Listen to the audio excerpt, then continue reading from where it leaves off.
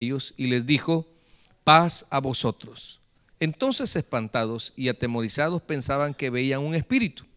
Pero él les dijo: ¿por qué estáis turbados y vienen a vuestro corazón estos pensamientos? Mirad mis manos y mis pies, pues yo mismo soy. Palpad y ved, porque un espíritu no tiene carne ni huesos, como veis que yo tengo. Y diciendo esto, les mostró las manos y los pies. Y como todavía ellos de gozo no lo creían y estaban maravillados, les dijo: ¿tenéis aquí algo de comer? Entonces le dieron parte de un pez asado y un panal de miel.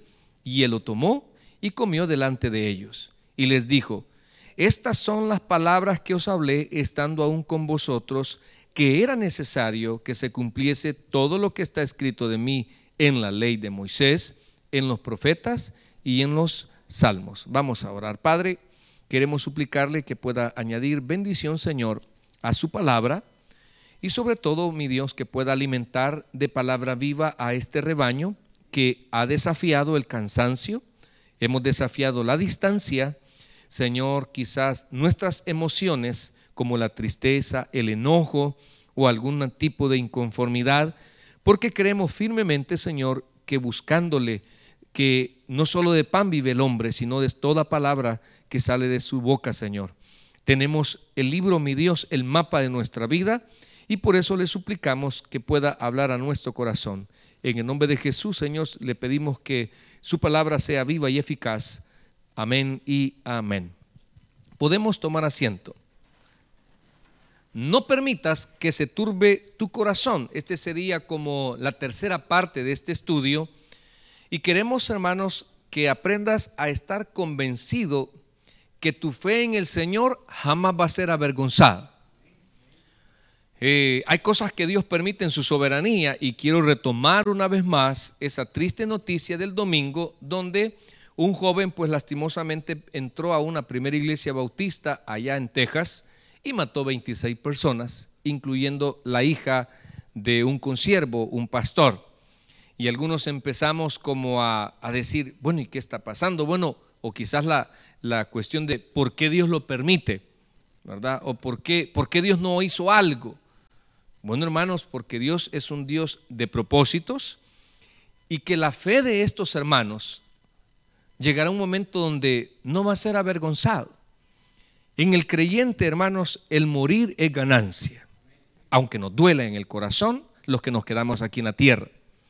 Pero ese paso de poder separarnos, y quiero retomar algo importante porque esta parte es doctrinal. Recuerde que nosotros estamos hechos de tres naturalezas: alma, cuerpo y espíritu. El cuerpo fue hecho del polvo, y cuando usted se muere, pues igual vuelve al polvo. Tiene algo que se llama espíritu, el cual es el que le da convencimiento a usted, el que le hace creer que hay un Dios, aunque no le vea. Usted sabe que el hombre por naturaleza, por ejemplo, usted ve que acá en todo lo que es Latinoamérica, cuando fue descubierto, vemos muchas, ¿cómo se llama? Tribus, donde pues vemos templos de ellos que trataban de buscar a ese Dios que tal vez en su ignorancia lo hacían a su manera. Entonces, el hombre por naturaleza, pero ¿qué lo mueve a él a buscar o adorar a un Dios? El espíritu. Y luego tenemos el alma, que esto pues prácticamente es añadida simultáneamente cuando el esperma y el óvulo se unen. Inmediatamente Dios pone en usted algo que se llama alma, con el propósito de podérselo llevar a usted y a mí al cielo. Ese es el deseo de Dios mostrado a través del amor que le tiene. ¿Y cómo se lo demuestra? Mandó a su Hijo unigénito para que todo aquel que en él crea no se pierda, mas tenga vida eterna. Pero muchos no quieren aceptar o buscar a Dios mientras pueda ser hallado. Damos gracias al Señor que usted un día fue convencido, no sé cuál fue su manera. Algunos han entendido las buenas, otros hemos tenido que entender a las malas.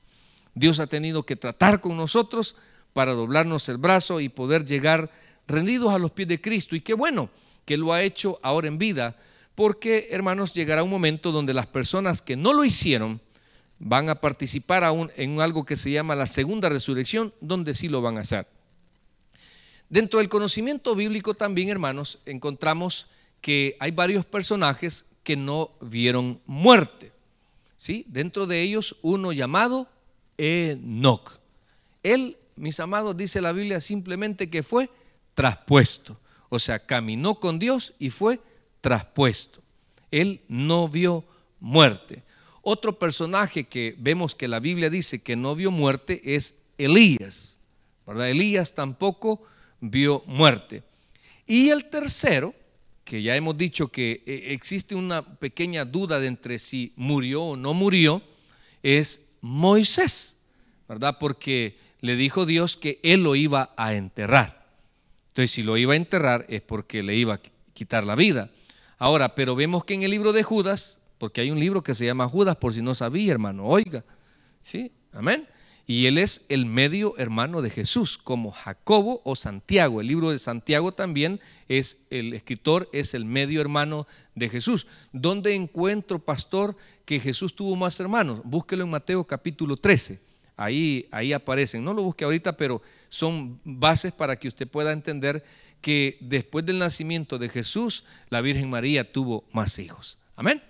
Bueno, habiendo dicho eso, ahora, en cuanto a la resurrección de alguien, que esto es lo peculiar, en Jesús, hermano, es el único que ha puesto su vida, ha expirado en la cruz, ha muerto y ha resucitado y no ha vuelto a ver muerte.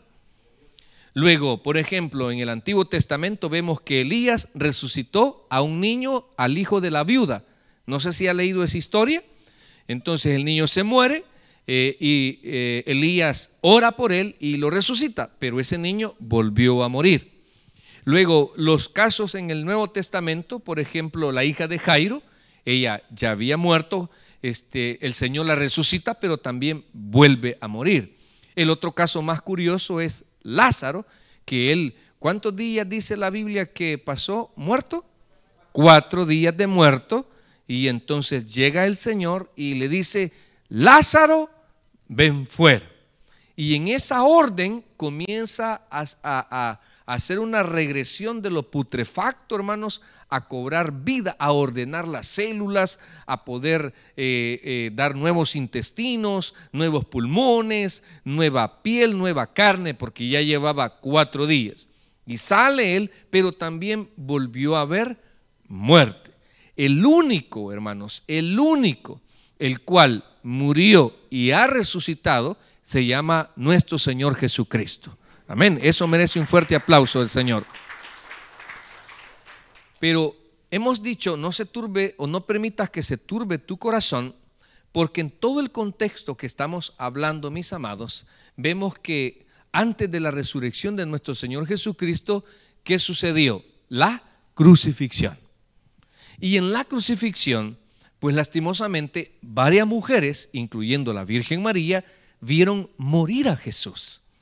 Ellas, ¿cómo se llama? Nicodemo y un hombre rico lo llevaron al sepulcro. José de Arimatea. Lo llevan al sepulcro y estaba completamente muerto. ¿Cómo estaba él? Muerto.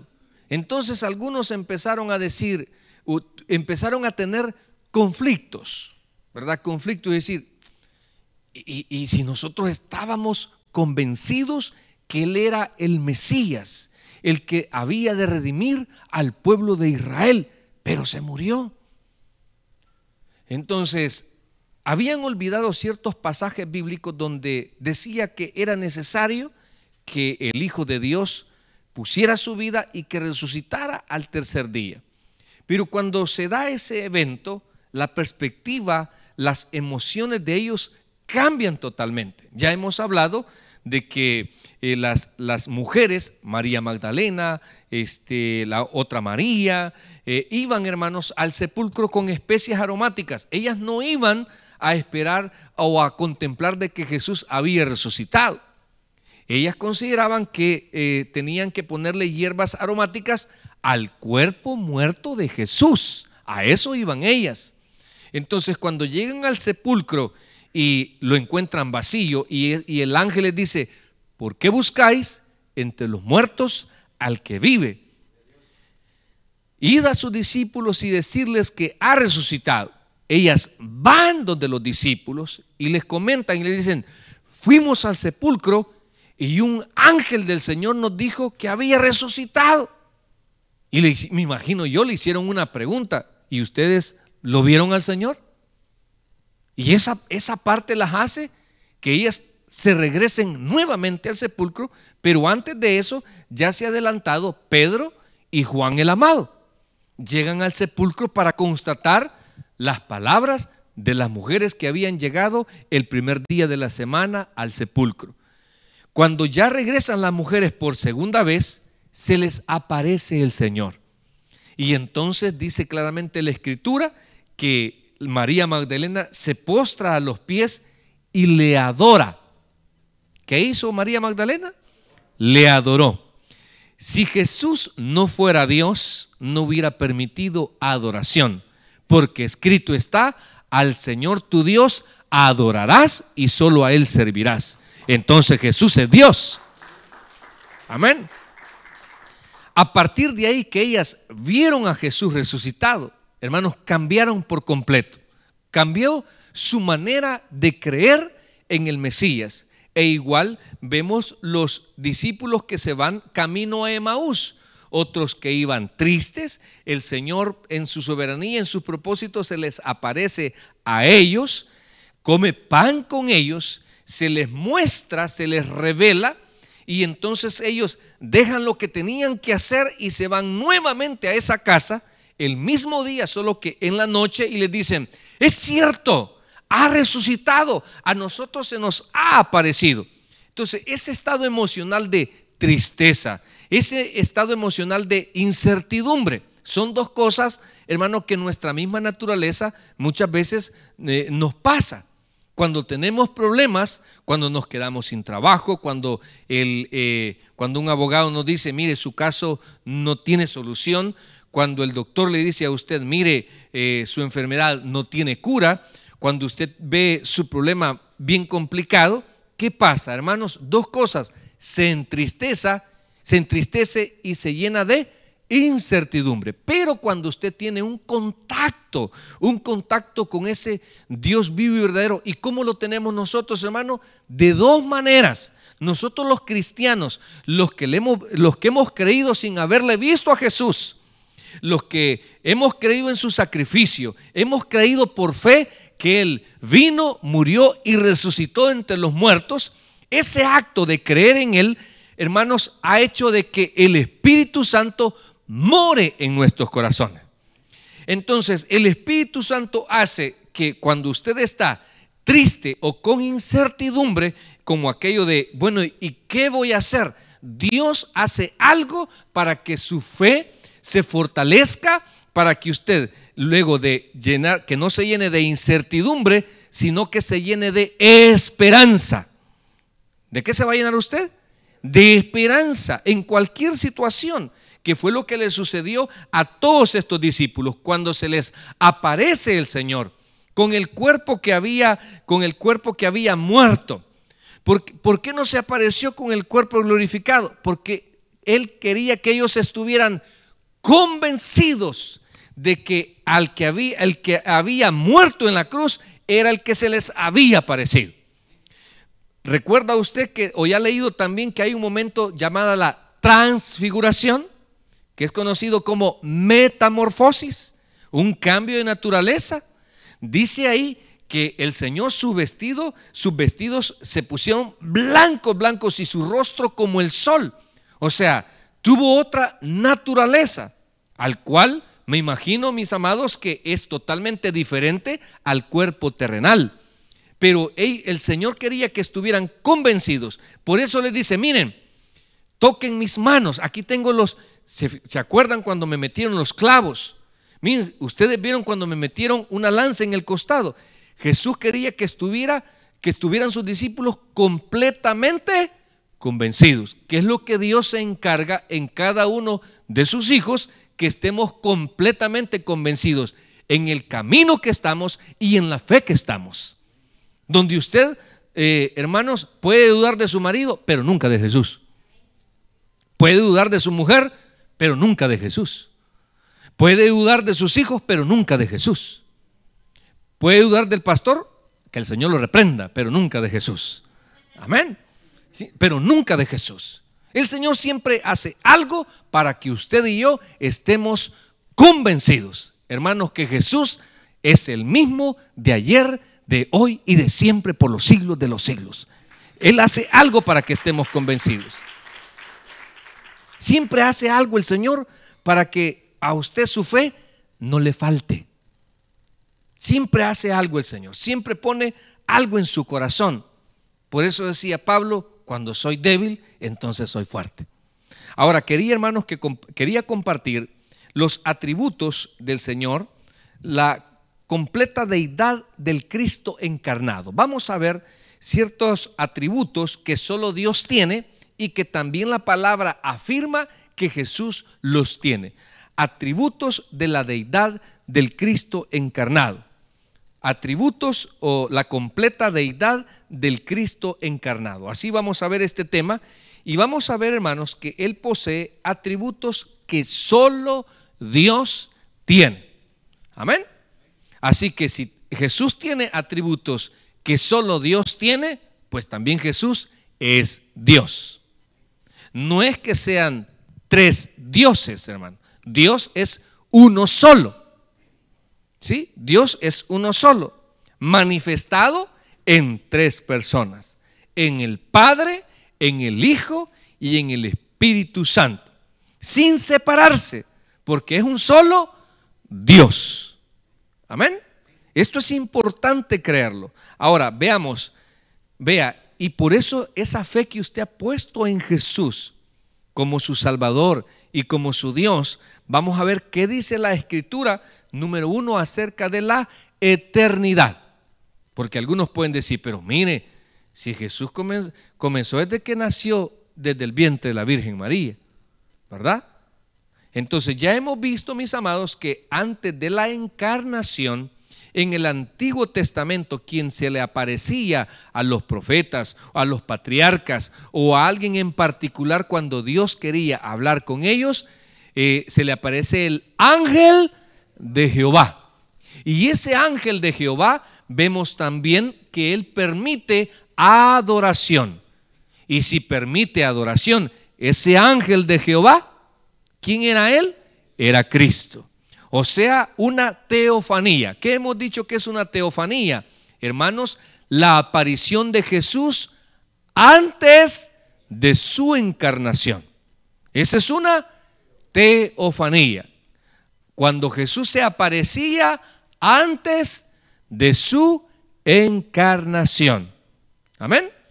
Entonces vamos a ver. El Señor Jesús posee atributos que solo Dios tiene. Número uno, eternidad. ¿Qué, hermanos? Eternidad. O sea, cuando hablamos de eternidad, es que no tiene principio ni tiene fin. Amén. Él es eterno. Amén. Él es eterno. Mire, ahí hay un versículo, Juan 8:58. No sé si podemos o dese el tiempo para irlos marcando, porque esos versículos son los que le van a ayudar a usted a defender su fe en cuanto a los atributos de Jesús como Dios. Él afirmó que existía desde la eternidad pasada. Dice, vamos a ir así despacito. Amén. ¿Ya lo encontró? Juan 8:58. Ok. Jesús le dijo, 2 puntos.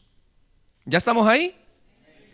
De cierto os digo, otra vez 2 puntos. Antes que Abraham fuese, ¿cómo dice ahí? No dice yo era, ¿verdad? ¿Sí? Sino yo soy. O sea, siempre he existido. Amén. Antes de Abraham, yo, no dice era, yo soy. Mire qué interesante, hermanos, ese versículo al hablar de que Jesús es eterno. Amén. O sea, Jesús estaba con Dios desde la eternidad. Hubo un momento donde estuvo en la eternidad creando, hermanos, el universo, la tierra y todo lo que hoy existe. Amén. No solamente es a partir de cuando nació de la Virgen María. Mire ahora Juan 17:5. Juan 17:5, por favor, otro versículo para hablar acerca de la eternidad.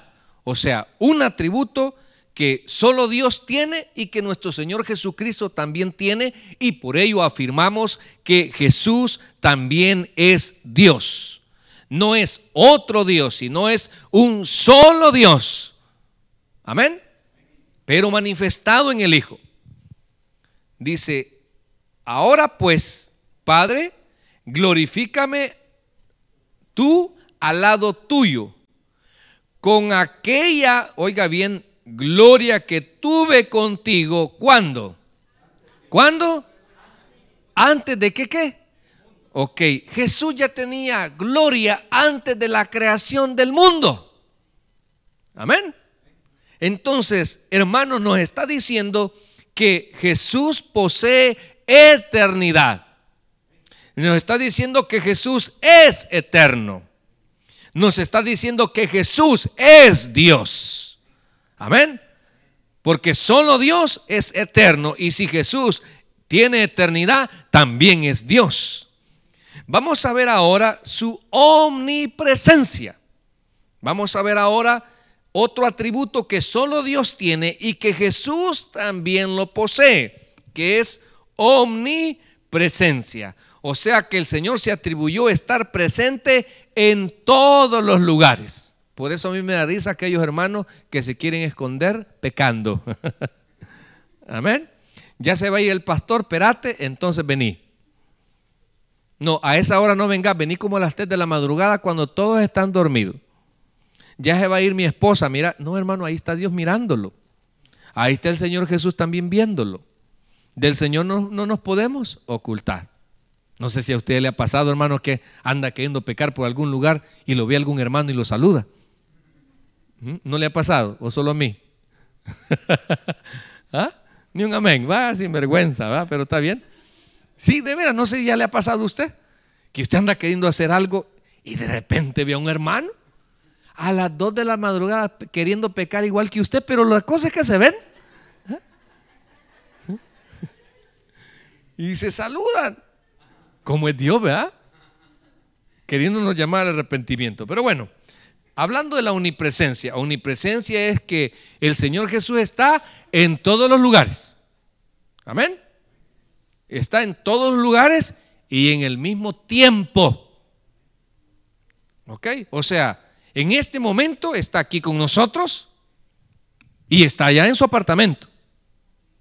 Está en su apartamento y está con los hermanos de Houston.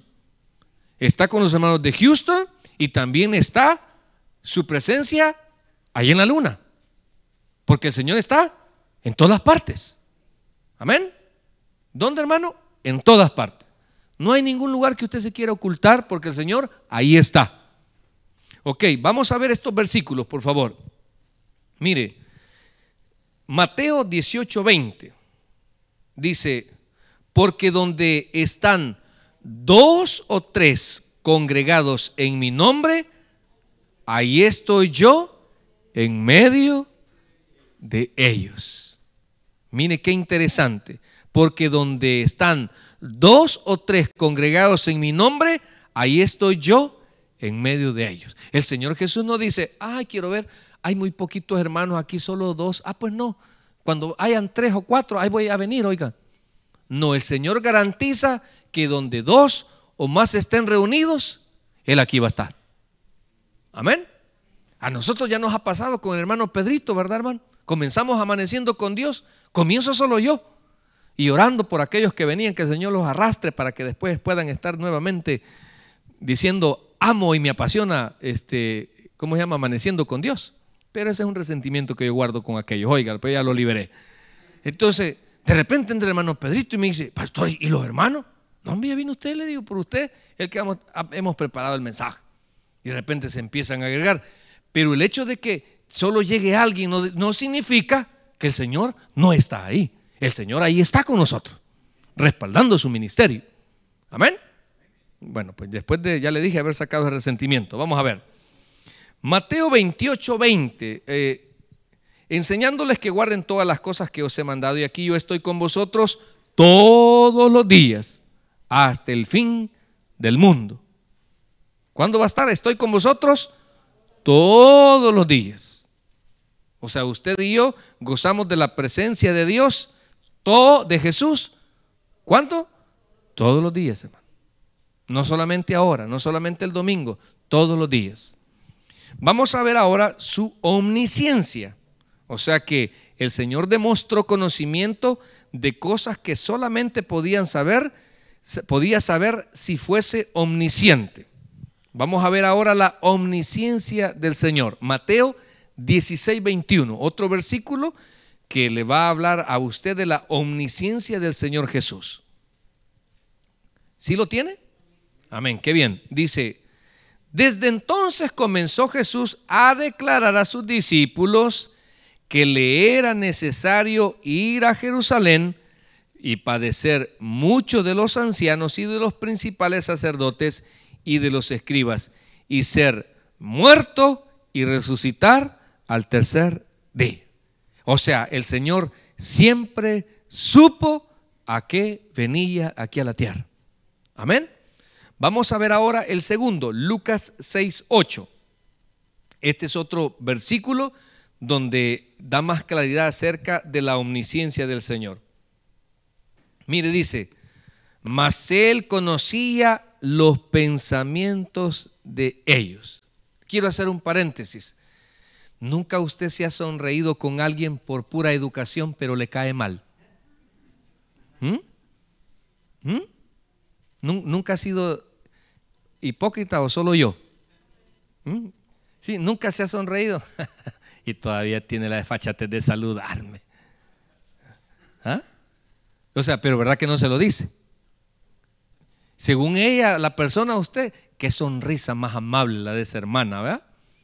Y tal vez ha pensado otra cosa. Fíjese que el Señor conocía los pensamientos de ellos. O sea, el Señor conoce nuestros pensamientos, aún nuestros pensamientos.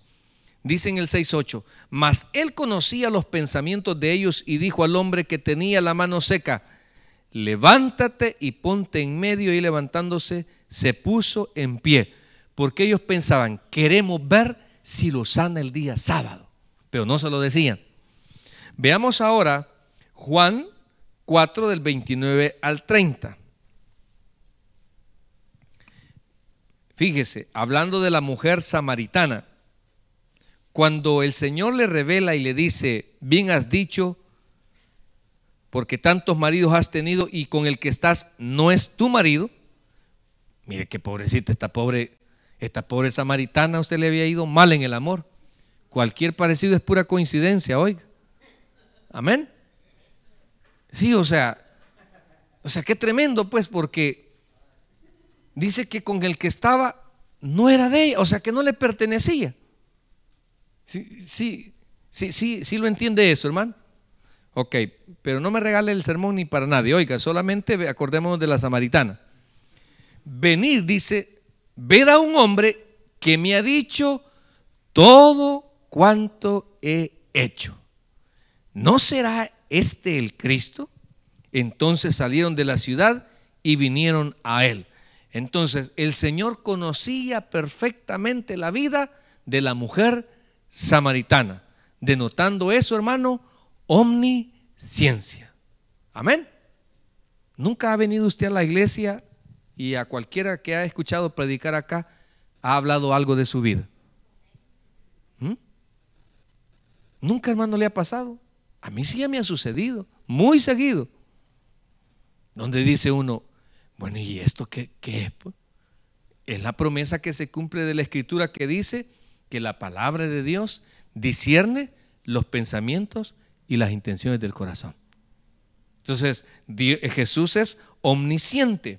Vamos a ver ahora la omnipotencia. O sea que el Señor demostró y se atribuyó el poder de una persona omnipotente, o sea que todo lo puede. Amén. Vamos a ver Marcos capítulo 5, versículos del 11 al 15. Vamos a ver ese versículo de Marcos capítulo 5, versículo del 11 al 15. Cuando lo tenga me da un fuerte amén.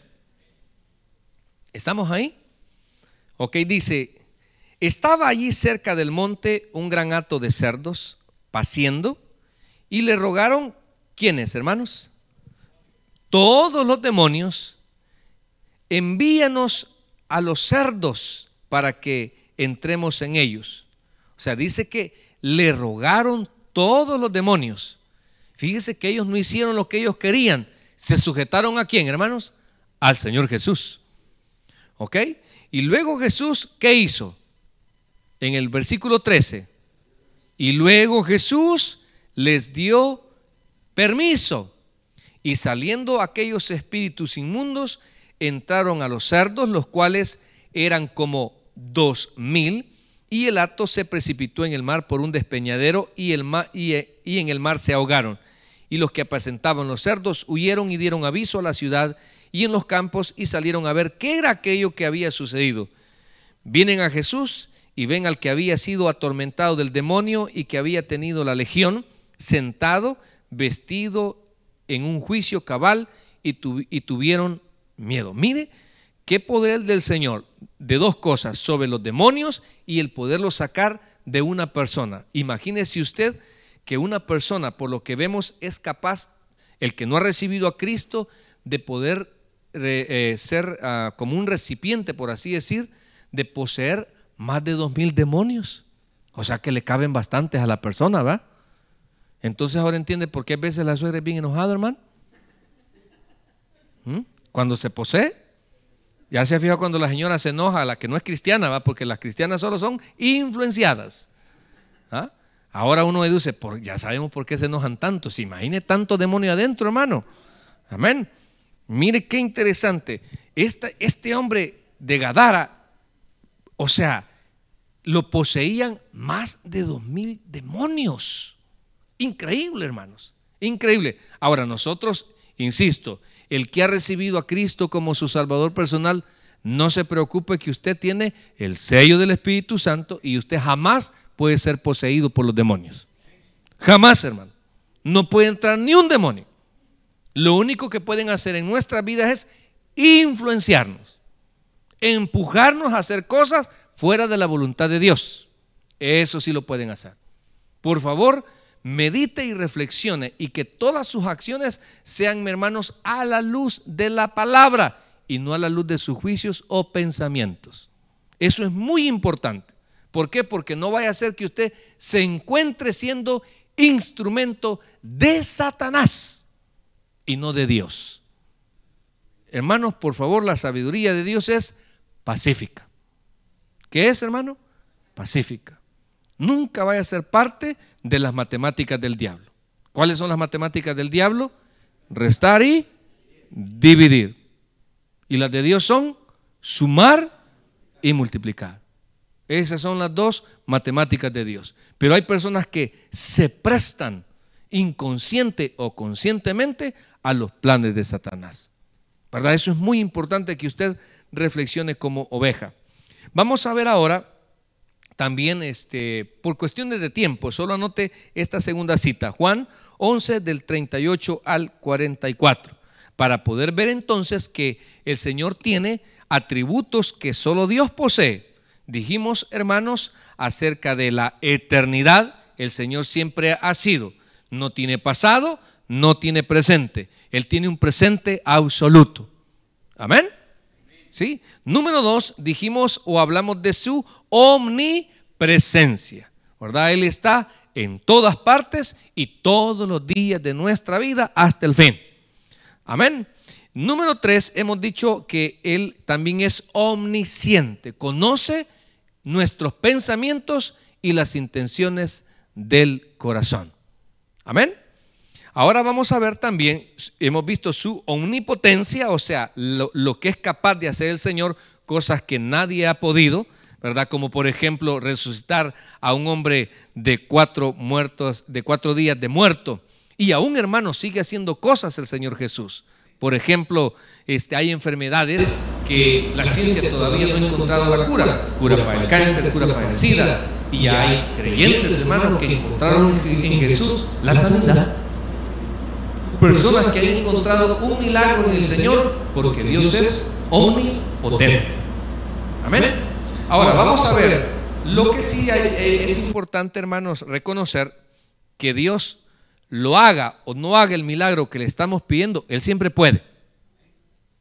Lo que pasa es que muchas veces a nosotros no nos gusta aceptar los propósitos de Dios. No sé si a usted le pasa como yo, que yo hay ciertas enfermedades que a mí el doctor me ha dicho, lo que tú tienes no tiene cura. Y yo me pongo con el Señor. Señor, ¿y qué te cuesta sanarme? Le digo. Con un toque, Señor. Vaya, mira, ya llevo 24 años de ministerio. ¿Por qué no me sanas los últimos años? Y el Señor no quiere. Por algo ha de ser, por algo me deja ese aguijón. Usted también tiene aguijón, no me vuelve a ver así. Ese aguijón se llama marido, se llama mujer, se llama suegra, se llaman hijos infelices que no hacen caso. Amén. Ese aguijón se llama trabajo, que usted más parece el negrito del batey. ¿Sí? Hay cosas, hermano, que Dios puede hacerlas, pero no quiere. ¿Qué le cuesta darte mejores horarios? Sí puede, pero por algo no quiere. Sí puede darte esa casa, sí puede, pero por algo no quiere. Hay cosas, hermanos, que Dios nos conoce, pero a la perfección. Y hay personas, yo insisto, mientras más, tenga cuidado que mientras más solvente usted esté de manera económica, con un buen trabajo, con una buena posición, se va a dar cuenta que cada día se aleja de la necesidad espiritual. Hay personas, tal vez no todas, pero usted sea de esos que esté bendecido, o en escasez o en abundancia, siempre tengan esa necesidad y hambre de la palabra de Dios en su vida. Amén. Entonces vamos a ver, hermanos, las obras que solamente Dios puede hacer y que también Jesús las hace. Número 1, hermanos, Jesús perdona pecados. Perdona pecados de manera eternamente. ¿Qué es esto, hermano? Nosotros perdonamos pecados, pero ya sabe cuál es la diferencia. ¿Cómo nosotros perdonamos? Nosotros perdonamos, pero no olvidamos. Nosotros perdonamos. No sé si a usted le ha sucedido, pero cuando hay una media molestia, una cólera, ¿qué hacemos? Empezamos a sacar la movida, ¿verdad? Empezamos y no creas que se me ha olvidado, Juan Alberto. Te perdoné, pero soy mansa, pero no mensa. O sea, bueno, ¿que no nos perdonamos, pues? Nosotros, hermanos, traemos a memoria porque el ser humano sí puede perdonar, pero no puede olvidar. En cambio, el perdón de Jesús sí lleva olvido. ¿Qué lleva el perdón de Jesús? Olvido. Quiero que usted traiga a la memoria, ¿alguna vez le ha fallado a Dios? Pensemos, ¿se ajuntó sin casarse? O sea, ¿comenzó fornicando? ¿Entender fornicación? ¿Nunca ha mentido? Mire, solo gente sincera ha venido al estudio bíblico. ¿Nunca le ha mentido a su esposa? Solo un valiente que ya no va a dormir ahora en la noche en el apartamento. Mire. ¿Sí? ¿Nunca le ha sido infiel a su esposa? Solo, no sea tan valiente, hermano, oiga. Mire, increíble, ¿verdad? Ahora, y los seres humanos no olvidamos. Es más, hay personas que por eso no tienen ni paz ni son felices, porque no quieren superar o pasar la página de los errores en su vida o alguien que los ofendió. Pero hablemos del que el Señor Jesús perdona.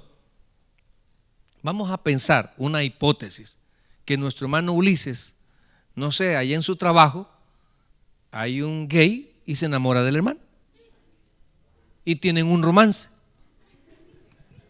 Y entonces le lleva la noticia a la hermana Aileen y le dice: mira, Aileen, la verdad es de que me he enamorado. ¿Y quién es esa que no sé qué le va a decir? Y ya le presenta a un gay, ¿verdad? Y por un gay me vas a cambiar. ¿Qué te va a dar ese hombre que no te va a dar? ¿Ok? Y entonces, pero falla, ¿verdad? Y pues comete a saber qué es eso, hermano. ¿Sí? Y entonces, pero él viene y se arrepiente. Ok, y eso lo hizo el año pasado. Pero el 1 de enero dijo: yo me arrepiento, ¿yo qué estoy haciendo con este hombre? Voy a pedirle perdón a la hermana Aileen y a ver si podemos nuevamente hacer la familia. Ok, y se arrepiente, metanoia, un cambio de mente y un cambio de corazón. Ok, y no es que le viene a decir al pastor: pastor, mire, yo le fallé y perdóneme porque yo sirvo. A mí no me tiene que venir a pedir perdón. Con el que tiene que pedir perdón es con Dios, porque los hombres no podemos perdonar pecados. El único bíblicamente es nuestro Señor Jesucristo. Ok, entonces viene él y se arrepiente, ¿verdad? Que ya lo puse muy grueso con un gay, pero bueno, ni modo, hermano, ahí dejémoslo. Ok, entonces la Biblia dice: no te echarás con hombres, ¿verdad? Maldito el que se echa con hombres. Bueno, pero no hagas esa cara que es mentira, hombre, hermano. Digo yo. Entonces, ok, le pide perdón y la hermana también le perdona, pero nunca olvida. ¿Ya? Nunca olvidar. Qué bajo caíste, Ulises. Todavía con la secretaria, pero con el ayudante tuyo, con él te relacionaste. ¿Vea? Con una hermana de la iglesia, de las locas que a veces aparecen ahí. Pero un hombre, pero te voy a perdonar. O sea, el ser humano perdona, pero no olvida. Pero pensemos que él se martiriza y no logra superar, y viene todos los días y le dice al Señor: Señor, perdóname por mi pecado. ¿Sabe qué le va a decir el Señor? Yo no me acuerdo más de tu pecado. Yo te perdoné de una vez y para siempre. Lo que para el hombre es imposible, para el Señor Jesús todo es posible. Amén. Y usted puede señalar: sí, en el año tal el hermano tenía tal movida. Sí, usted puede señalar con ese dedo y no se le olvide que está señalando 3 para usted, porque usted no es justo tampoco. Amén. Pero el punto es que delante del Señor el perdón de Jesús es eterno, no tiene pasado. Es más, hermano, el Señor le ha perdonado los pecados de hoy este día. No sé si usted este día ha pecado. ¿Y en qué pecó, hermano? Ahí lo dejamos así. Ok. Amén. Sí. ¿Verdad que creo, hermanos, que todos este día, más de alguna manera, en alguna manera, le hemos fallado a Dios? Entonces, pero ¿sabe que el Señor, si usted le ha pedido perdón, la sangre de Cristo nos limpia de todo pecado? Y eso es lo que la razón del ser humano, del religioso, del que no conoce del amor de Dios, dice: ¿cómo es posible que Dios le va a perdonar semejante trastada, semejante tal cosa? Sí, así es, a nivel nuestro. Pero Dios, hermano, por medio de Jesús, me debes ver un arrepentimiento genuino en usted. Hay restauración, hay perdón, y el Señor no se acuerda más de sus pecados. Así que demos gracias a Dios que nuestra vida, nuestra alma y nuestra eternidad la hemos puesto en Jesús, el Hijo de Dios, Rey de reyes, Señor de señores, y que también es Dios. Vamos a orar.